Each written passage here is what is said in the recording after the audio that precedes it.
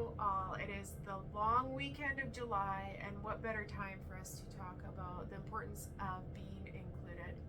So inclusion is a really important thing. It's important for us to take time to be mindful about what it means to be included with our own self, be included in relationship with other people, to feel and to be included in the world around us. And then there's a spiritual piece as well about what really being included means. So I'm just going to break it down and hopefully give you guys some food for thought. This is a great time of year to really just meditate on the importance of our own experience of being included and how we can foster inclusion with other people, whether that is nationally, like for us it's Canada Day. I know the Americans have some holiday right now as well, but also just how we really include people who have gone through some difficult things as a people group or individually. Okay, so one of the important things on a grander scale is that inclusion really means that we have a few things that we are entitled to, and we are entitled to civil rights. We have the privilege of knowing that we can advocate for our civil rights, and it may be hard to have a voice for civil rights. It may be cumbersome and difficult, and we need support from others, but we absolutely have the right to our civil rights. We have the right to privacy, that our personal information is our own, and when our privacy is breached, this is unacceptable. And we have the right to decide who has consent to have privy to our privacy and who does not. We also have the right to own property. So that's another really important thing, is that you have the right to purchase land, items, all sorts of things. We have these rights, and nobody has the right to take what is ours from us. So these are just some really important things to think about in our worldview. Some people don't have these rights, or some people have had these rights infringed on them. And of course, then when this happens, when our civil rights, our rights to privacy, and our rights to our own property are taken from us, this is trauma, okay? So if you've experienced these things, or when we're evaluating people who are going through some difficult times, their rights have been taken from them. On a grander scale, these are more world rights or national rights, and we want to really advocate for other people that they can have these things, that we can have these things, because nobody deserves to have these rights taken from them. Some of the more psychological pieces, the more day-to-day, is to notice our individual rights. So I want to go through a list of some important things that I want to challenge you on, and as we're going through this list, maybe you can take a moment to just self-evaluate, how well am I doing with this particular point? So first off, you have the right to stand up for yourself.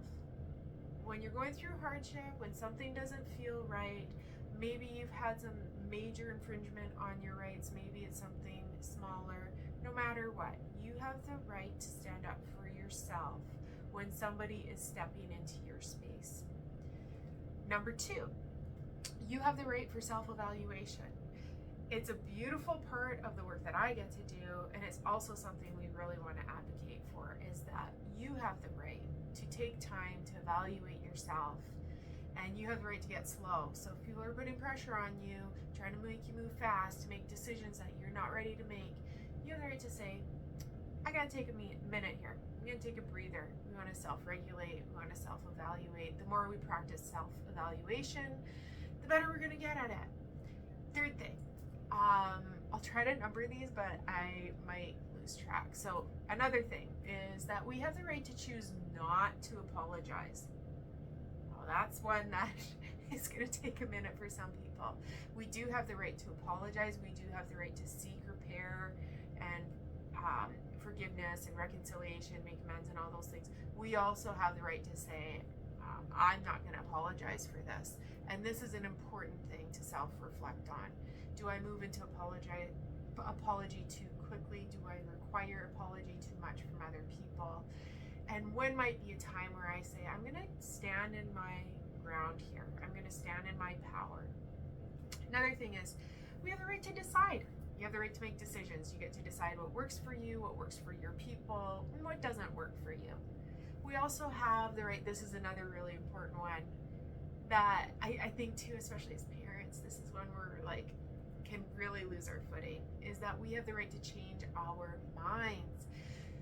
You can have an opinion for many, many years and change your mind. You can have beliefs about other people. You can have religious beliefs. You can have political beliefs. You can have beliefs about the world around you. You can have beliefs about who you are or who you always will be, and you can still change your mind. And we can change our mind, and we can apologize about changing our mind, and sometimes we don't have to, okay? So we have the right to have flexibility with what we believe. And we can change our mind. You have the right to make mistakes. This is another one. I think that so often we forget in our own relationship with ourselves to hold space that we have a right to make a mistake, and we love and accept ourselves just the way we are. I have all sorts of flaws and mistakes that I've made, and I am continually in a process of loving, accepting, and honoring my mistakes because I keep making them. It's a continual project. It's okay to make mistakes. This is great as well. We have the right to admit when I don't know. I don't know is a fair response. There's times where I don't know. There's times where confusion is a real experience, a real emotion. We might feel more than one feeling at a time. We talked about this on the vlog previously. So I don't know. I have the right to admit I don't know. We have the right to be illogical. I believe that it's Frankel. I was going to look this up and I forgot. But it's in times of illogical or strange situations, it is sensical to respond illogically or out of proportion. So there's times where strange things are going on, and it's okay to be illogical. Also, what feels strange or unknown or uncertain to us may be different than what feels strange or uncertain unknown to others. So my illogical experience might be different than yours, and I have the right to lose my shit. I have the right to get big with my feelings. I have the right to cry. I have the right to talk too much at times or not say anything. Whatever expression of illogical is, I can be confused, and I'm allowed to manifest that confusion. I don't have to make excuses for just being a human that doesn't always have the right answer. Again, I have the right, you have the right to admit, I don't understand. So there's a time where it's really okay. I don't understand. We can ask questions. We should ask questions. We don't have all the answers. Some of us sometimes think we do, but we're wrong. I have the right, you have the right to admit, I don't understand. We also have the right to say, I don't care. Ooh, this isn't my thing. We have the right to say, not my monkeys, not my circus. I don't care. Now, I think that that's also a really great point of self-evaluation when I don't care shows up, because sometimes it's a block and it's something for us to analyze of like, am I just using this as a defense, or is there something more to it? And actually, when we go through all these rights and relationships, it's really, really good to self-evaluate. Why don't I care? Why am I saying I don't know? Why am I saying I don't understand? Let's just take some time to really know ourselves. So when we uncover our personal rights, we can also get to know ourselves better, which will help us to understand and know other people better, and so on. Okay. Now, this is actually, I'm leading into this point here, so I was just cheating a little bit. I'm like, oh, girl, you're transitioning right where you want to be.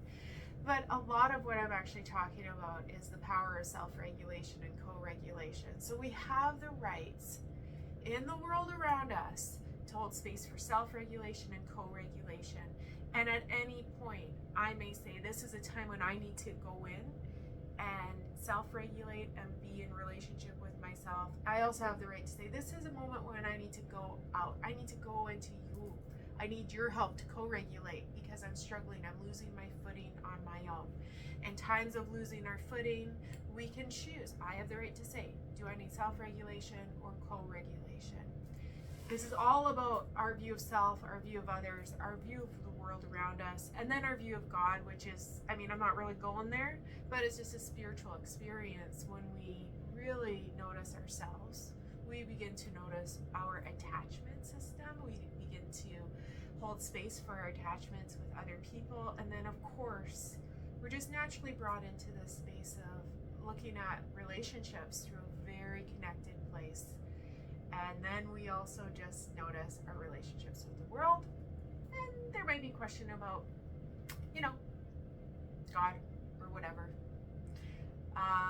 So if you're struggling and you're really noticing, okay, my rights have been infringed on in relationship, this is a little bonus. This is a simple tool. We've talked about this on the vlog before. Noticing the awareness wheel, it's a great tool. So if you go like Sojourn Psychology awareness wheel, that vlog will come up. But part of what we want to do when we feel that like stuff is, what do I sense that's going on? What do I feel about what's going on? What do I think about what's going on? And what do I actually want or need? And then sometimes it's just processing that internally, and sometimes we put it together and we figure out something that we want to say to somebody else. All right, you guys, I am looking forward to this summer, and I hope you are too. If you're not, I'd love it if you just take a few minutes with yourself to sort of see, okay, what can I really look forward to, and how can I evoke some joy for my summer? You are so included, you're so valuable, and you're already in the heart of love that each one of us is in, and we are glad you are here. Okay, take care, you guys. Happy long weekend, happy summer. Let's get some summer vibe going on. Get outside, get some sunshine, get some vitamin D. All right, Sojourn Psychology, Tara Boothby, and we are so glad you're here. I can't say it enough.